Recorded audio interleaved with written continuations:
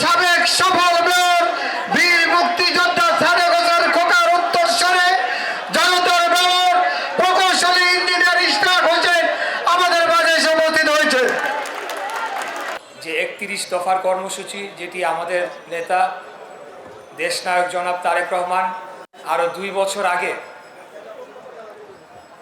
প্রায় ৬০টি দলের সাথে আলাপ আলোচনার মাধ্যমে দিয়েছিলেন।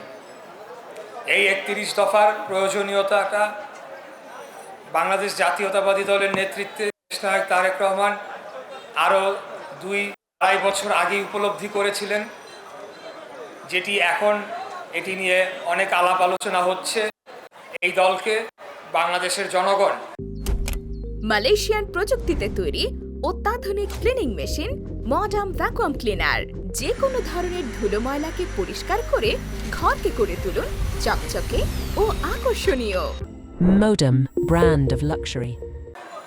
বিপুল ভোটে জয়লাভ করে রাষ্ট্র ক্ষমতায় আসীন করবে। যে ৩১টি দফা রয়েছে, সেটির আমরা শুধু দফাগুলো আপনাদের কাছে বলবো এবং একটি গুরুত্বপূর্ণ দফার হালকা বিস্তারিত আপনাদের কাছে বলবো। এটি বলার আর আপনাদের কাছে ইতিমধ্যে ফোল্ডার দেওয়া হয়েছে, আপনারা সেটি পড়বেন। পড়ে আগামী দিনে আমরা নির্বাচনের আগে জনগণের কাছে গিয়ে দুয়ারে দুয়ারে গিয়ে তাদেরকে বোঝানোর চেষ্টা করব, সেজন্য নিজেকে প্রস্তুত করবেন। আমাদের এই ৩১ দফা যে ৩১টি দফা, সেটিকে মূলত ৪টি শ্রেণীতে বিভক্ত করা হয়েছে। যে ৪টি শ্রেণীর আওতায় এই ৩১ দফা কার্যকর হবে। ৩১ দফার প্রথম যে দফাটি, সেটি হচ্ছে একটি সাংবিধানিক সংস্কার কমিশন গঠন করা হবে। এই সাংবিধানিক সংস্কার কমিশন বিগত ১৬ বছরে খুনি স্বৈরাচারী ফ্যাসিস্ট হাসিনার আমলে যে পরিবর্তনগুলো আনা হয়েছে, সংবিধানকে যেভাবে কাটাছেঁড়া করা হয়েছে, সেটি তাদের নিজস্ব একটা দলীয় সংবিধানে পরিণত করা হয়েছে। সেই সকল সংশোধনী বাতিল করার জন্যে তারা একটা সুপারিশমালা আনবে এবং সেটিকে একটি নির্বাচিত এবং সেই সুপারিশমালা আগামী দিনে যে নির্বাচিত সংসদ ধুলো ময়লা ও ক্ষতিকর ধূলিকণা থেকে নিমিষেই মুক্তি দেয় চৌধুরী এয়ার পিউরিফায়ার। এর শক্তিশালী সাকশন ঘরের কোনায় কোনায় লুকিয়ে থাকা সকল ধুলা টেনে ফিল্টার করে এবং বের করে আনে নির্মল ও স্বাস্থ্যকর হাওয়া।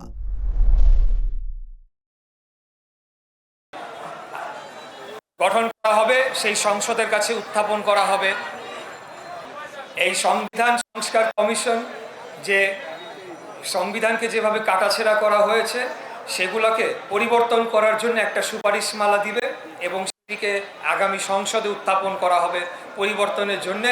এবং আপনারা জানেন যে একটি গণভোটের যে ব্যবস্থা ছিল আমাদের সংবিধানে অতীতে, যেটিকে বাতিল করা হয়েছিল, সেটিকে পুনর্প্রবর্তন করার জন্যে এই সাংবিধানিক সংস্কার কমিশনের মাধ্যমে সুপারিশমালা গঠন করে সংসদে পাঠানো হবে। এটি হলো আমাদের দফা ১।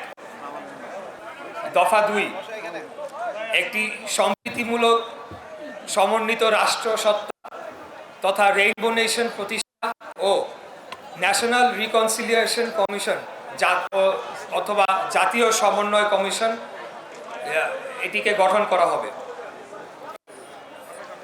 হিংসা ও প্রতিশোধের রাজনীতি, আপনারা জানেন যে প্রতিহিংসার রাজনীতি, প্রতিশোধের রাজনীতি বাংলাদেশের যে আমাদের যে রাজনৈতিক ইতিহাস, সেটি অত্যন্ত একটি কলঙ্কময় এবং প্রতিহিংসামূলক রাজনীতির চর্চা হয়ে আসছে। কিন্তু আমরা চাই আগামী দিনে বাংলাদেশের সকল ভেদাভেদ ভুলে আমরা সকলেই বাংলাদেশি নাগরিক হিসেবে আমাদের রাজনৈতিক মতপার্থক্য থাকতে পারে, কিন্তু সেটি আমাদের যাতে শত্রুতায় পরিণত না হয়, প্রতিহিংসায় পরিণত না হয়, সেটার জন্য একটি কার্যকরী কমিশন গঠন করা হবে। যেই ন্যাশনাল রিকনসিলিয়েশন কমিশনের মাধ্যমে অতীতে যারা